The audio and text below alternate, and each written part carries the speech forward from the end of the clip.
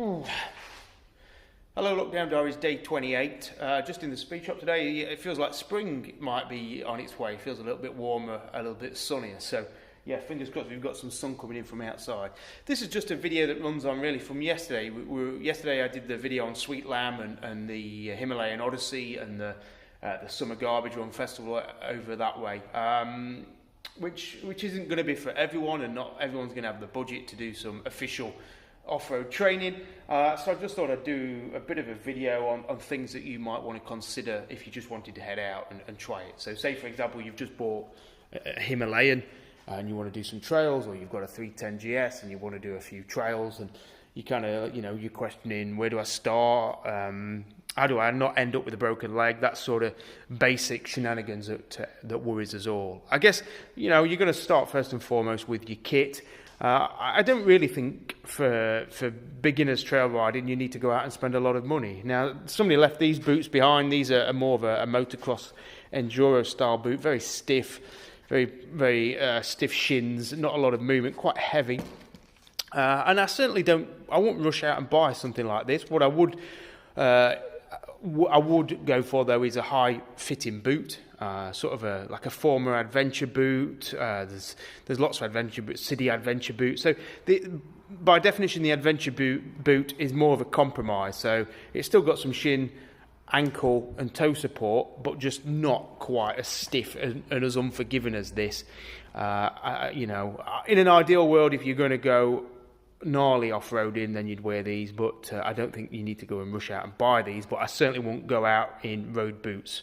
In your typical or low-cut road boots. I think that's a good place to start with a broken ankle. But otherwise, clothing, in terms of clothing, I'd just, whatever helmet you've got, peaked helmets, I guess, are good for shade, but it's not necessary that you rush out and buy a peaked helmet. General riding kit, so you want protection to your shoulders, elbows. A back protector's handy, knee protection, and I always think hip protection is useful. Before lockdown, I was riding with somebody who just, he was on an enduro bike on the tarmac. We were coming into a corner. I had to stop it in front because the car was coming the other way. And it wasn't a sudden stop, but it was just enough to overwhelm his tyres, and his bike just went from under him, and he went down on his hip. I mean, he only bruised it, but if he was going a bit faster and a bit harder, it could have damaged his hip. So I think hip protection, you can go all out and then get proper body armour like you would when motocrossing, but I don't know if that's... It's up to you. I don't personally think it's essential. In summer, you can get also the force field armoured clothing, which is like a top that you put on that's got all the armour built into it, and then you can simply slip over a lighter shirt for when it's warm or hot, that sort of thing. But basic gloves. I think if you're going to go with a really thick, cumbersome glove, then that can hinder your feeling control on the clutch, etc. But other than that, I don't think you need to go out and buy a load of new kit. Just talking about the bike, I think we can make some really easy adjustments to the bike. First and foremost, on the Himalayan and on the GS310, you can remove the rubber inserts. Now that's going to give you a lot better purchase on the peg. You're not going to get that slippage that you get with a rubber peg. Because really, when you're off-roading, the control point is the foot pegs rather than the bars. When you're stood up riding, you're controlling the direction of the bike by weighting the peg. So if you're doing that, then you need to have grip on the peg and also feedback from the peg. And if you've got a thick rubber block in there, it's not going to help. I personally don't think you need to go rush out and buy new foot pegs for the Himalayan. I actually think they've got quite a nice serrated bare peg underneath their rubber insert. Quite a good, even if you buy a brand new Africa Twin, they haven't got anything as wide as this. You can get fancy ones, pivot pegs, etc., which are a lot of money, and they are nice, but I don't think essential. The only bike I would change the pegs on is the 390 Adventure, because they've got that sloping forward, whereas if you can get some SW Motec ones which allow you to level it off, which I think would help a lot. We did a review on the sump guards. I don't think you necessarily need to go out and buy a new sump guard. Engine guards people seem to like, and the only real benefit I can see with the engine guards that protrude, and the best ones seem to be the Jivids, is that they protect the levers. Now, I have had various instances where, certainly on the gear lever side, that will bend. Whether engine bars will protect that, I'm not convinced. But I certainly don't think you need to go out and buy engine guards. What I would say you do need is a set of hand guards. Now, I've got 3 sets of handguards to show you here. These aren't a bad pair. These are like 35 quid, plastic, pretty stout. But, you know, in fairness, I have fell off a few times on my original Himalayan, and the push of the plastic actually snapped the lever. It only snapped it halfway, so you could still use it, but you still had to replace the lever. So I think there's a limit to how effective these plastic guards are. Those are certainly better than these, which are a power bronze one, which are absolutely terrible. I can't understand what good they are, really, other than for a bit of wind deflection. But you could drop that bike, as I did on this side, so it's broken on this side. That was just a very 1 mile an hour slow speed drop on a trail. So no difference if you dropped it in a car park doing a U-turn and it's broke that clean off. So they're absolutely no good whatsoever. Obviously you can go up a bit and get the metal skeleton frame ones, like these Bark Busters on this one, which, you know, they are the best to get. There are some Chinese sort of versions are a lot cheaper, because these can be about 130 with the plastic guard. It's a lot of money, you know, if you're on a budget. So you can get some metal back ones for, I think, sort of, you know, maybe £40 from China, which will still do the job. All you've got to watch when fitting them is they don't hit that screen, you know. So you might have put an aftermarket screen on. You've obviously got to watch that they don't catch on that screen and limit your turning circle. I think they will also fail an MOT on that. Actually, you can just see that one just brushes against the instruments. So it is a tight fit, but that's a compromise. Also, what I would say you might find as useful thing to do, and again, it depends on, you can see that's rubbing there, but it's just to roll those handlebars forward a little bit. It just gives you a bit more space in the arms, and it just gives a more natural standing position. I see a lot of people putting on the risers, and this bike originally had risers when it came, but I think unless you're particularly tall, I'm not a big fan of risers, and I know the guys at Sweet Lamb aren't either. For the simple fact that they bring your weight back and take the weight off the handlebars and therefore over the front wheel, and by having weight over the front wheel you get traction from that front wheel. When you put risers on and your weight comes backwards, you lose the downward force on the front wheel, and therefore the front wheel can feel very light and vague. So I would say, unless you're a very tall person struggling to get comfortable, I would certainly leave the risers off. They aren't. Yeah, I think people put them on because if you're going off road, you need risers, and I think they've certainly got the wrong end of the stick there. I think if you can get comfortable without them, and actually by having a little bit of a hunch, a tuck over the front, helps keep the bike stable and balanced. So they would be the first 2 things I would do. I would take the rubbers out, and I would just potentially roll the bars forward a little bit, and handguards. Obviously we can talk about tyres, and I've done videos on tyres. These MT60s on the Himalayan aren't bad at all, to be honest. They aren't a knobbly. I mean, we compare that to these Kenda big blocks that I've just fitted to the GS. Now these are going to be a lot grippier, but it depends what kind of riding you're doing. If you're only in the summer riding a few dry lanes, or, you know, shoulder season riding a few damp lanes, do you need to go to a big block tyre? I don't necessarily think you do, because what helps the Himalayan and what hinders the GS310 is this is a broad 19-inch tyre. So that means it catches a lot of grease and slippage on the lane. So it's very easy for this to wash out.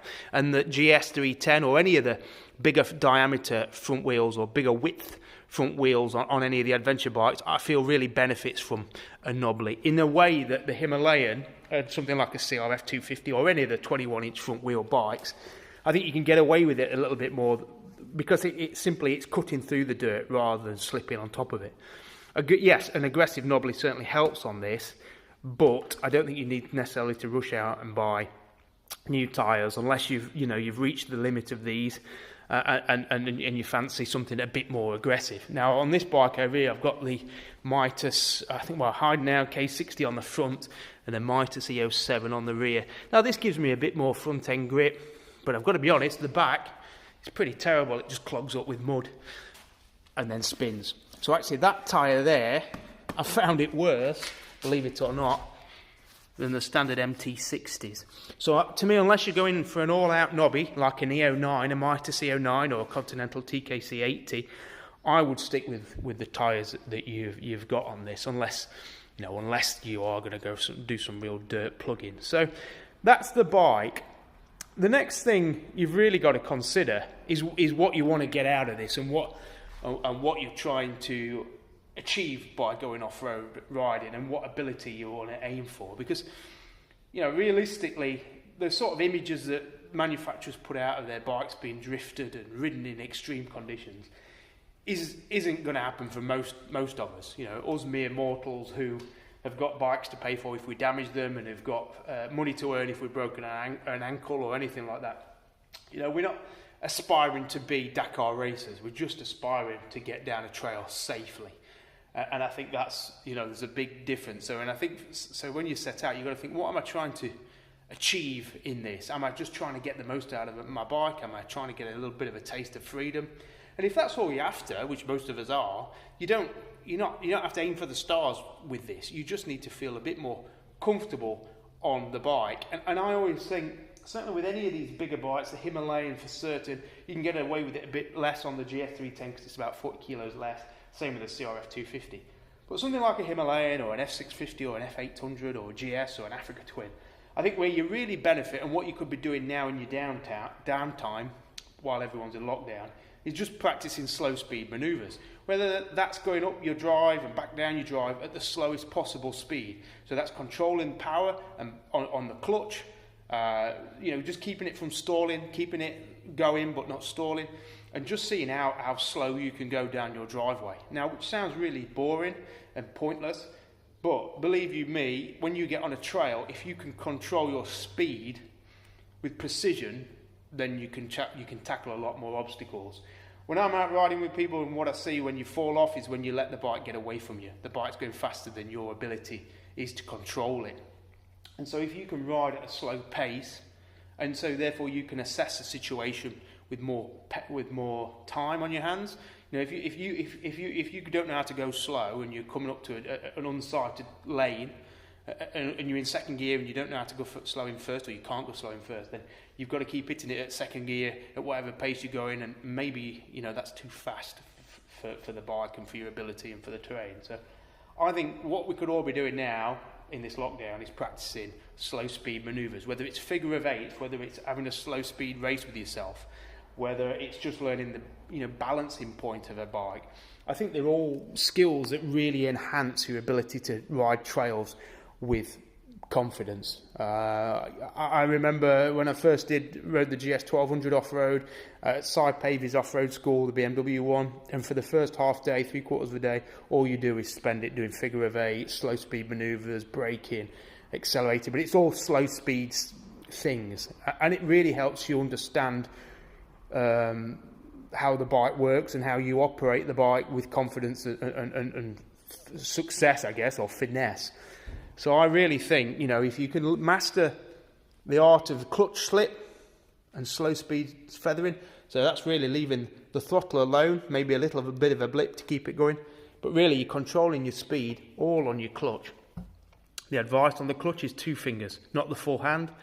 They'll say that at any of the off-road schools, if you've got it with a full hand and you think, I've got a brake, or certainly on the brake lever, if you go to brake and you've got all fingers on it, you're going to pull it fully hard and you're going to get a sudden front brake grab. Whereas if you've only got 2 fingers on it, you can modulate that better and also keep a better grip of the throttle. Obviously, they'll teach you a bit more about back brake and leading with the back brake. Because it sets up the bike nicely. If you start with the back brake and then onto the front, it stops the bike pitching downwards or going nose heavy. I think one of the biggest mistakes people make when on the trails is they try and cut a rut as well, which I noticed. So a lot of trails that you've got in the UK, you've got, if I can use my feet, my stylish Crocs, you've got a farmer's access road, which a lot of the trails are. So you've got one rut on the left and one rut on the right, and down the middle you've got a raised grass stretch where the 2 wheels of the tractor or whatever is not dug in. And if you stay in a rut, either left or right, even if it's wet and boggy, the base of that will be nice and firm, and underneath it all will be grip. So the water could be up to the water could be up to here, or the mud or whatever. But at the bottom of that, because there's been tractors and things down it, you've got a hard packed base. And so if you stay in that, you're far safer than if you try and cross. And that's when I notice the accidents happen, because you'll think, oh, I'll ride in the middle or whatever, and then you go that way and either the front will go or the back will go out, and then you're down. So stay in a rut is always the best piece of advice I always think you can go for. I think, again, if you're controlling your speed, you shouldn't have any big whoppers, and that's what you're trying to avoid. You're trying to avoid the big whoppers where you're going too fast, too hard, and you have a big accident. If you're having small topples, slow speed topples, then you should always get up from that, unless you've got, unlucky. But if you're always controlling your speed, absolutely fine. Just a quick one on foot position. They'll teach you any of the off-road skills. Using, again, the power of the crop. You want it on the insole there. Not like that, not on the toe. Not like that, right in the middle like that. And that gives you your best position. And access to the pedals as well. Obviously, you might want to make an adjustment on your controls, because when you're standing, obviously, your foot's in a different position, so that you might find your brake levers are a little bit out, so you might want to make an adjustment on that, just to bring it up a bit.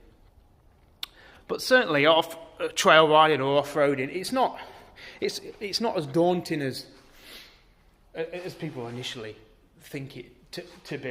It's just different. It's a different form of motorcycling. I think getting used to the way a bike moves around on dirt is one of the hardest things, because obviously on the road, tarmac is very predictable, but on the trails, dirt is the opposite of predictable.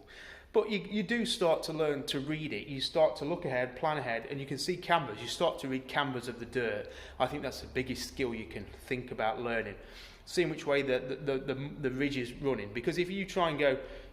Most often, accidents happen as well, because you hit a camber and the tyre slides. And once that tyre's washed away, certainly on a bike as heavy as a Himalayan, that's when you're on the deck. So if you can avoid running along a camber... I think, let me try if I can try and explain it better. Yeah, so we've got the front wheel of the GS310. Obviously on the flat, where it is now, there's no chance of that tyre washing out either side. But say you were running a straight line down there, say the mud bank was like that and you were coming across it. Now there's a good chance, if you didn't have a knobbly on and you weren't counterbalancing the bike, that it's just going to go like that. It's going to slip from under you. Certainly with the heavier bikes, the heavier the bike, the more chance it's going to slip. And it's watching out for things like that, imperfections in the dirt or things that are going to interrupt the flow of the bike. And once you get used to that, it might take a few topples and a few washouts, but you will start to feel more comfortable with the way a bike moves around on the dirt. But it's just not a science. I think that's the thing, it's just something you have to adjust to, and the best way is doing it slowly. What I would say is try not to go out on your own if you can avoid it, but that's not to say you shouldn't go out if you've got no one to go with, because that's all part of the adventure, really, isn't it? If you're going to say, well, I'm not going to go out trail riding unless I've got somebody to go with, then will you ever go out trail riding? Sometimes you've just got to set your mind, and being on your own actually, I think, focuses it. I have less accidents or falls when I'm on my own than I do when I'm with someone else, because I'm a bit blasé when I'm with someone else, because you think, well, if I get into trouble, I've got someone to pick me up. Something else that you might want to do, if family or your friends are worried, you can use WhatsApp Live Locator or Facebook Live Locator, and there's other apps out there where you simply select live share, or you send a live link to your partner, which is very easy to do. You go into the messages, and then click on sort of like on the extras thing, and it'll show location, share live location, and then that person can see exactly where you are at any time. So if you do fall off, or you do go out and get stranded or injured, then they should hopefully be able to see where you are. So that, to me, mitigates against riding on your own. If you're not sure where to ride, go back to that video I made maybe 14 days ago that showed you how to find green lanes. If you want to be well prepared, then go out with basic puncture repair kit. And you are going to have a mission if you get a puncture on the Himalayan with it being tubed. But if you go out with levers and a patch, then at least if you've got an idea of what to do, then you should be able to get yourself going. What I would say is always check the stock toolkit on these bikes. The GS310 doesn't have the spanners for both wheels in it by the looks of things, whereas the Himalayan toolkit does, which is good. But you want to check that before you leave house on whatever bike you've got. You know, do you have access to get the front wheel out or the back wheel out or the basics like that? You know, do you have the tool? I was out on this one a while back and I went through a deep puddle and I got water in the airbox. So if I hadn't had my toolkit, I wouldn't have been able to set the side panels off and drain that out, because obviously water in the airbox is not a great thing. But just a point of note, there is a drainage clip under there with a hose that comes down there. You just have to take the clip off and it'll drain the water out of that. So it's quite a nice design on the Himalayan. So you know, I think that's it. There's so much to learn when it comes to off-roading, and it can sometimes feel like you've got to jump in at the deep end and give it a go, and I think that's exactly it, really. You've just got to give it a go. Training is really useful. You know, you can't deny there's a real use in learning not only how to equip the bike or get it ready for off-roading, but how to stand, how to brake, how to turn, you know, how to counterbalance the bike in case it is off camber. There's so many soft skills that you can learn, and that will drastically enhance your riding. But ultimately, you've still got to put them into practice, and it's very easy to think in an artificial environment that is a training school that you can do it, but that's very different to going out on the lanes and doing it yourself and doing it in a real world environment. So I think, you know, as soon as lockdown ends, get yourself ready, get your bike ready, and find a good easy green lane local and give it a go. And just don't blame me if it goes wrong. But yeah, I'm certainly looking forward to getting the tyres dirty on the old GS and getting the old Warhorse, the Himalayan, sludgy and muddy again. Go back and watch the first video I did on picking up a bike, because you can bet your bottom dollar that it's going to be on the deck. But that's okay. That is motorcycling. All right, I hope everyone's well. Let's hope there's some optimism in the air. I think we need it. Roll on spring. All right, take it easy, everyone. Have a good one. Bye.